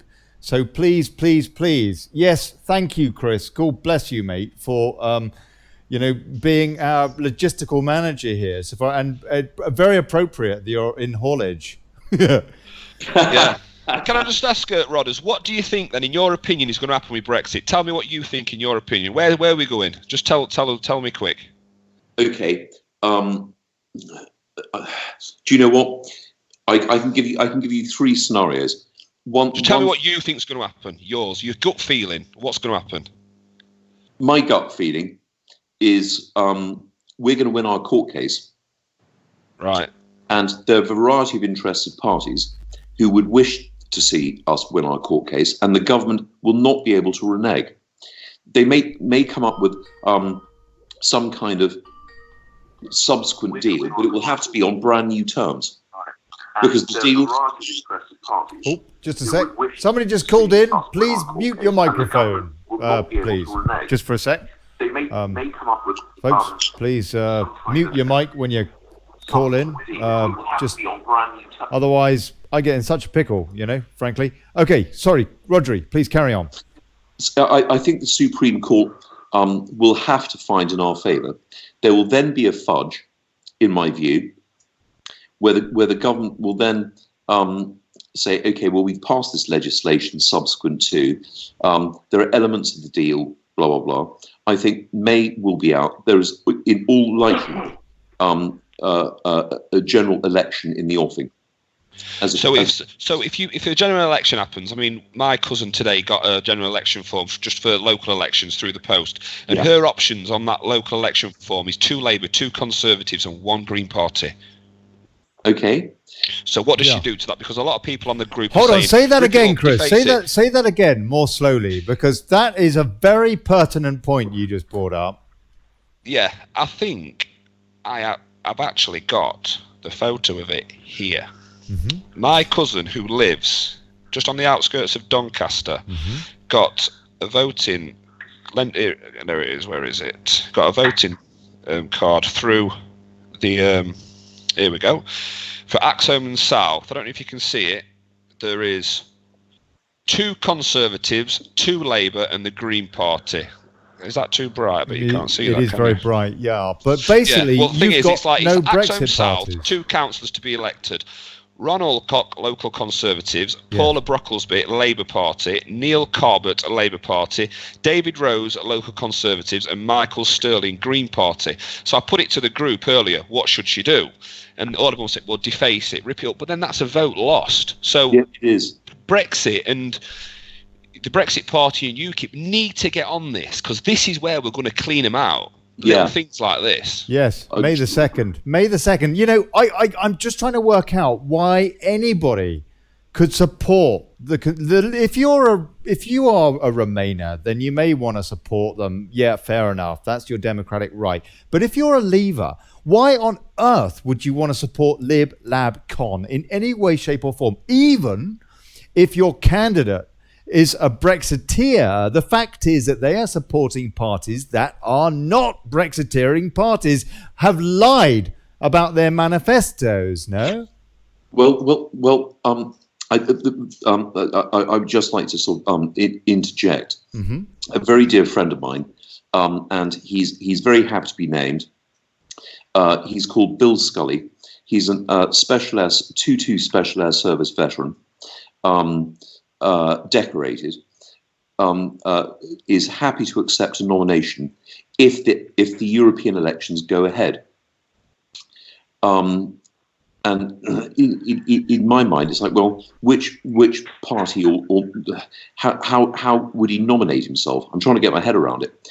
But his view is that, look, if the court action doesn't succeed and it's being, it gets jettisoned by the government, what have you, what his strategy is we must be the petulant child in Europe to the extent that they will pay us to leave. Yeah. And when you meet Bill, when he came out of the regiment, he's had a number of jobs. He was in that a fantastic film, Love, Honour and Obey. And he is the most dangerous man I've ever come across. And I've met some extremely dangerous people. And to unleash him in the European Parliament. Well, that's why everybody needs to vote hardline, UKIP, Brexit. Everyone needs to get these people elected to cause havoc in the European Union. I mean, I was talking to somebody today, and we was talking about stuff, and we was on about Europe's condition if we get a long extension will be that we've got no vote under anything that they do. I mean, so basically, they're not just telling us what to do. They're basically again taking as human right away of voting. So it's Europe in air. We're just going to sit here as the British people watching. I mean, it's honestly, it's so frustrating. I had hair, 3 weeks ago, Rodders. This is how bad it's been for me. An egg has got more hair than me now. I had hair 3 weeks ago. Okay. Honestly, I look like Brian May 3 weeks ago. This is what it's done to me. It's absolutely ruining my life. You need to get me on a coach down there so I can just at least just ask a few civilized questions to some people, because I don't think they live in the real world. It's like watching the Tots TV in Parliament. Sometimes they don't live in the real world. Like that Scottish Blackford, he stands there saying, we've had a vote in the Commons and Theresa May's not honouring our vote. Where's our democracy? Where's the democracy for the 17.4 million people? Right. He wants to leave Britain.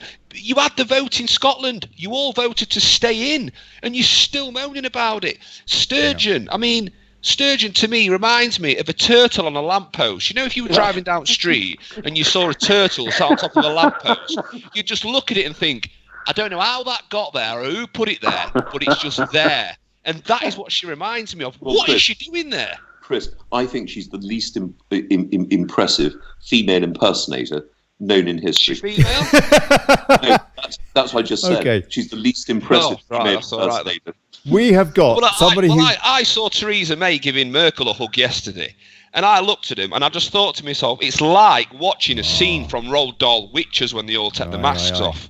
Aren't they ugly? Now, hold on. I know it's horrible to say, but aren't they ugly? Well, frankly, look, we've got somebody who's called in. Identify yourself, sir or madam, please. My name's Kieran. Chris might recognise me. Hey, All right, Kieran. Hey, Kieran. What would you like to How you say? doing? What would you like to say, sir? Kieran. I've followed everything from the beginning, and as with all you guys, you sit and I want to smash up the TV when I look at it, because I live in Yvette Cooper's constituency. Oh, you have our sympathies. And trying to get a response from her office, because I've mentioned the words Brexit, I can't get anybody to reply to my emails, phone calls, nothing.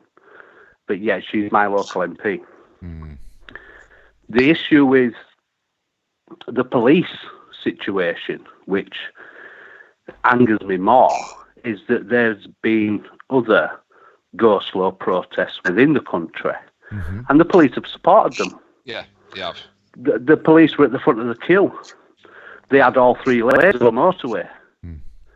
Yeah. South Yorkshire Police, or whoever is in charge of West Yorkshire Police, let's say, made that decision to stop us from going about a lawful protest.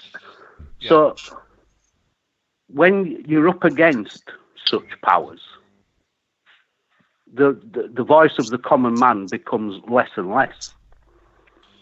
I mean, when they pulled us all over, Kieran, if you remember, the first thing they said to us was, right, we're taking all your cars off you. It's going to cost you X of thousands of pounds of money to get them all back. So, I mean, that day, we went out to do a go slow, peaceful demonstration, but the police ended up stopping us all on top of the M18 and basically blocking White Yorkshire Way. They caused absolute havoc. So they did the job for us. But as Kieran said, we felt so let down by them, because they said because we was going to do a full 3 lane us, and they got us down to 1 lane, so we agreed it. We just thought, right, we'll agree it. We've got support. And Kieran will tell you, as soon as we pulled out that car park, it was on us straight away. It was bad. It was a bad display from South Yorkshire Police, and they've got that much bad stigma around them, with the likes of Hillsborough and the Rotherham stuff and the miners' strikes. You'd think that they'd just turn it in and just be part of the people for once. They've got a job to protect. They've got a job to serve. And that day, they did not serve us at all, did they, Kieran?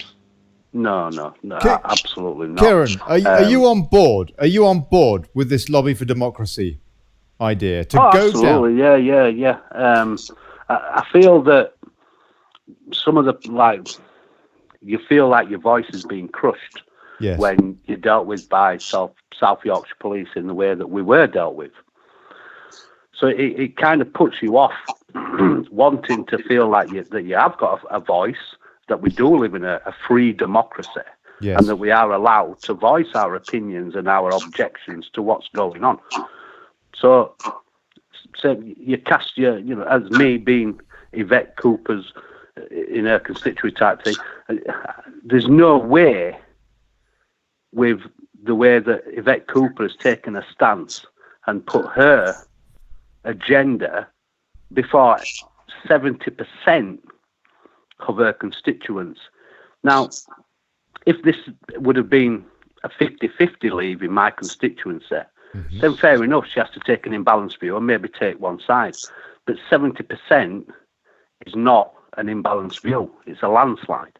Yeah. So for her to put and force through legislation and then involve royal decree, and it's being rushed through so fast, and then, as you've commented earlier on, the way that John Bercow says, well, it's not uncommon to have a law passed this quick. well, actually, yes, it is. Yeah. They've also been held in contempt of Parliament, and nothing has been done. Now, as a Lord there, what or if or how consequences reflect on contempt of Parliament? Because that is unheard of. So how can they continue to carry on in a way that they know is undemocratic, unlawful, and then try and persuade people that we're taking a deal? We're not taking a deal. We're signing a treaty. That's right. The Lisbon May's Treaty is the same. They have made it that that treaty is you can't get out of it. That's it. Once you sign, you're in. Done. Well, it's a bit like giving your neighbour, who you don't get on with, the keys to your house and saying, please return them when you finish taking all the furniture. At your leisure, at your will. That is what May's deal, what the EU call a treaty, does. It's like giving your business competitor the keys to your safe and your company books and saying, you know what, when you've taken the profit, whatever, when you like, it's up to you. You have the veto. You tell me when you want to return my property. And that is exactly what her deal is. Now, sorry to intervene, please. Ollie. I wanted to return to the earlier point that Kieran made. Yes. About the Southern Yorkshire Police Force. One can always request via the Chief Commissioner of Police, who happens, in this case, I think, to be Cressida Dick. Odd name for anyway. A bit like Dick Khan, really, actually, isn't it? Two peas in a pod. Sorry, carry on. Well, I mean... hold on. Oh, no. What's that? Go on, Roger. Cressida Dick, by the way, carries the respect of the force across the country. She's known as Two Brains Dick, can you believe? But in a male-dominated force, as it should be, she does carry their respect. My understanding is there is a review of South Yorkshire Police in light of, a number of regions. You know, we've had Rotherham, Rochdale, Bradford, blah blah blah. Yes. You have the ability, at the government's expense, to force a judicial review on arrests and actions and complaints made to South Yorkshire Police. And as residents, that's what I would suggest you do: is you form an action group.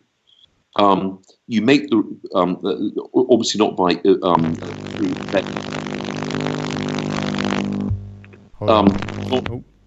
Somebody's touching their microphone lead. Carry on again, please, Roger. Okay. And this is a judicial point. It does not involve Yvette Cooper, who's your local MP. I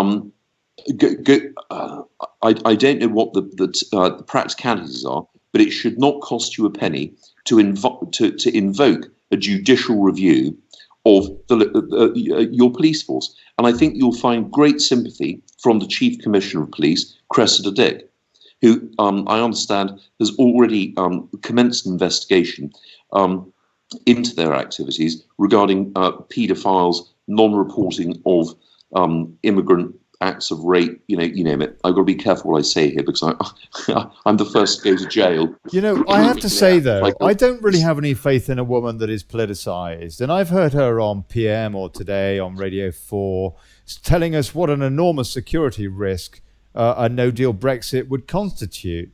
And I just thought that this woman is fake. She's supposed to be policing and she is politicking. Well, do you know what? She has... I'm actually, funnily enough, Ollie, I'm a big fan of Cressida Dick, and if you look at the support that she has amongst Brexiteer police detectives, etc. You know, she has a very, very difficult job to do, and she is respected and admired within the service, which generally treats women with a degree of disdain. You know. But I think she's done a very good job in very difficult circumstances. And I'm pretty sure if there was an application for judicial review on policing activity in South Yorkshire, you would get support from her office in Scotland Yard. And that would be my recommendation. And I'm very happy to assist in that in any way I can, by the way. I think that's something me and Chris can look into and maybe get a positive result from that. But just as an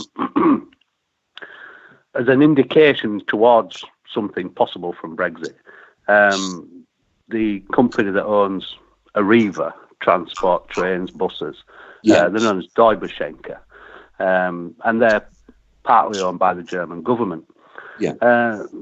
They've just been put up for sale. The German government either have instructed Deutsche Schenker to sell off because they are turning a profit. Why would a German government-led company suddenly sell off a UK asset?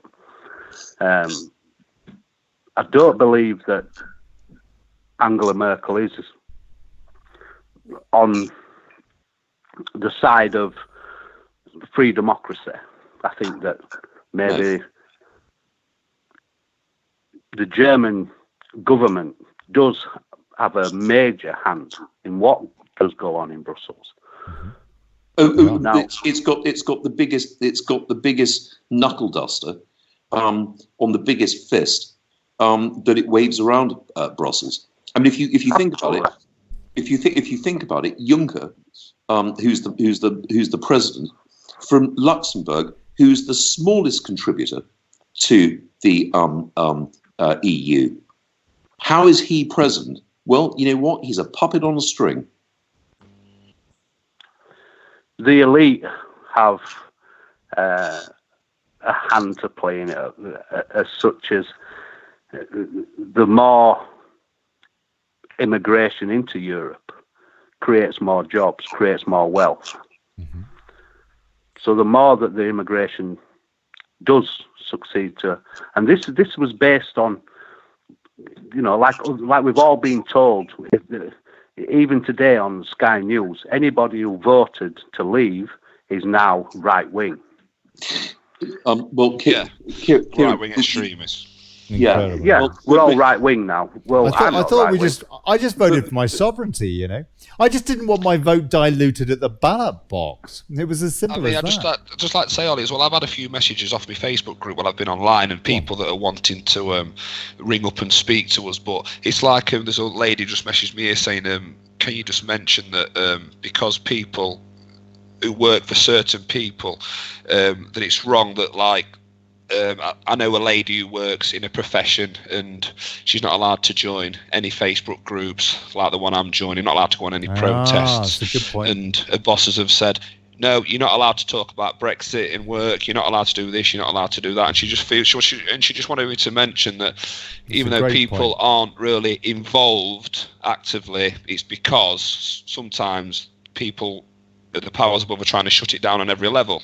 They're being restricted. I think that's one of the most important points that have been brought up tonight, actually. That is a very, very important point. And that is why, to me, it seems this lobby for democracy idea, this initiative, is so potentially important. Because if we can spark, if we can show people, there are so many people, I'm seeing it in my inbox, people are like, oh, it's not going to happen.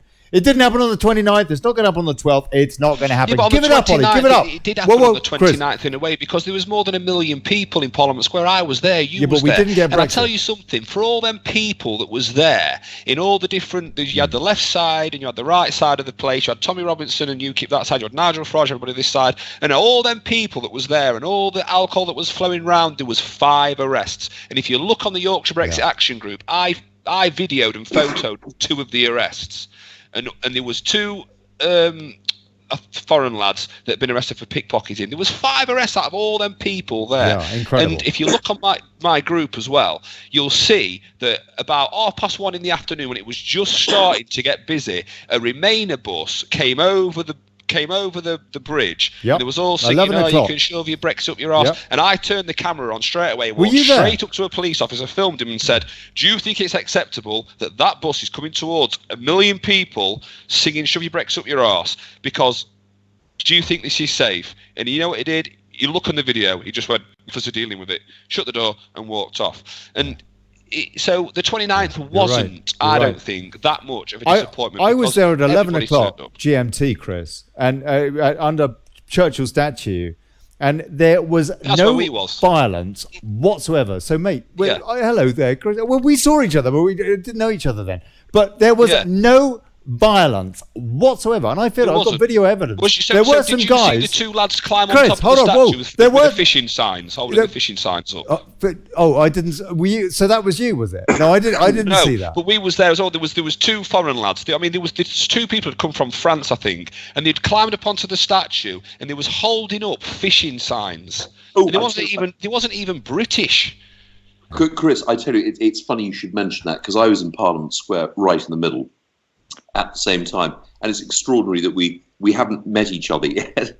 But the guys directly behind me were holding the French flag. You might have Brexit. Yeah, that was fantastic to see that. Go on. I turned round. I said, allow me to introduce myself. What are you lads doing here, holding a French flag? And they said, if you look over there, if you were facing the screen on the far right, there was a Frexit banner, and they said, we're part of the Frexit group. We want out. We want a referendum in our country. And it's like, God bless you, gentlemen. You are most welcome on these shores for a change. Yeah. And it was taken in good humour. It was a jest. I don't think it was a bad day on the 29th. I think a lot of people turned up. I think they vented their anger in a constructive way. There was 5 arrests. There was nobody rioting, nobody shouting abuse. I mean, I don't agree with some of the things that Tommy Robinson does, but the panodrama thing that he played as well, you've got to give him kudos for that. He exposed them, and why hasn't nobody reported John Sweeney?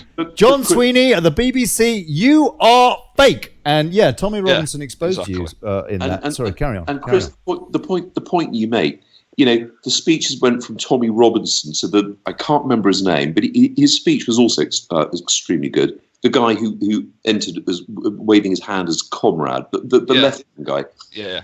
You had every part of the spectrum. You did. You had every angle there, every personality, every belief, apart from Remain, in that Parliament Square, and there was 5 arrests all day. And when that bus come down, the police wanted it to kick off. And when it finished, everybody then went round to 10 Downing Street.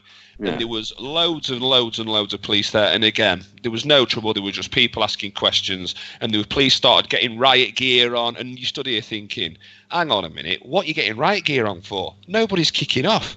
But I think that with this lobby thing, going back to that, we need people now to get off their arses and come and join us and do it. I mean, there's a guy in Grimsby not too far away from me, Simon Avison, he said I can mention his name, part of the Brexit protest and action group. That guy's worked hard to do with Go Slow on Saturday. He's worked hard to do another demonstration in Grimsby this Saturday. And it's people like that you need to get behind in your local groups. I mean, you need to stand up and be counter. Just do it. Just do something. Just honestly, you'll feel a lot better. Dave Simpson. It's Dave Simpson. History. Dave Horney Simpson. Do you know what? We are making history. And you asked earlier what I think the outcome is going to be. I think that we have a strong chance of succeeding with the Supreme Court. There will be a government fudge in respect of a deal going forward, blah, blah, blah. I think the European elections during the course of this legal case will continue. And there will have to be some resolution, whether by way of general election or leadership change. And everyone wants, there are a handful of people who want Theresa May's job. She is clearly not fit for purpose. And the vultures are circling. And I think our legal challenge will actually make the difference in respect to the outcome of any deal or not with Europe. I hope that makes sense. All right. Well, I just want to say a big cheers to everybody for getting involved tonight. Awesome. Absolutely amazing. Fantastic. Thanks for listening, everybody. Thanks for listening. Chris, join us. Chris, and you as well. please, gentlemen, carry on. Go on. You were going to say. No, I was going to say, when you're next in London. I'll be meeting you to go into the lobby the next time I'm in London. Hey. Do you know what? Brilliant. Onwards and upwards. Now, I'll be there. Well, I think we should reconvene next week, yeah. I think that we need to reconvene on Monday night. Can you both make that, gentlemen, please? Yeah, that's fine, yeah. Yeah. Rodri? Cool. Yes. Yeah. Let's do that. Let's do that. And I'm going to be talking to the DUP's Ian Paisley tomorrow at 3 o'clock to try and recruit him too. Because, we need the DUP involved. Yeah, definitely. And tomorrow night, Godfrey Bloom.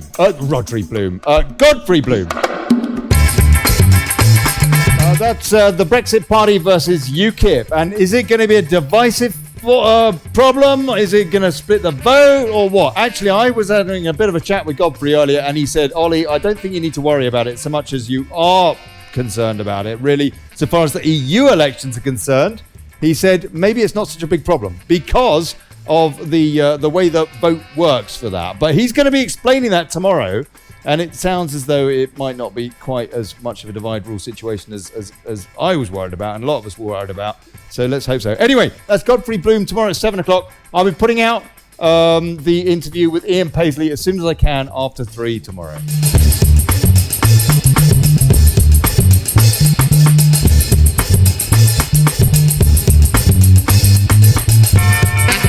I want to say a big chat to my guests tonight, Chris Hicksy Hicks and Viscounts and Davids. Thank you, gentlemen. Thank you very much indeed. And also to those that called in, Wolfcat, Andrea, Dave Witcher, John Hurst and Kieran. Thank you. This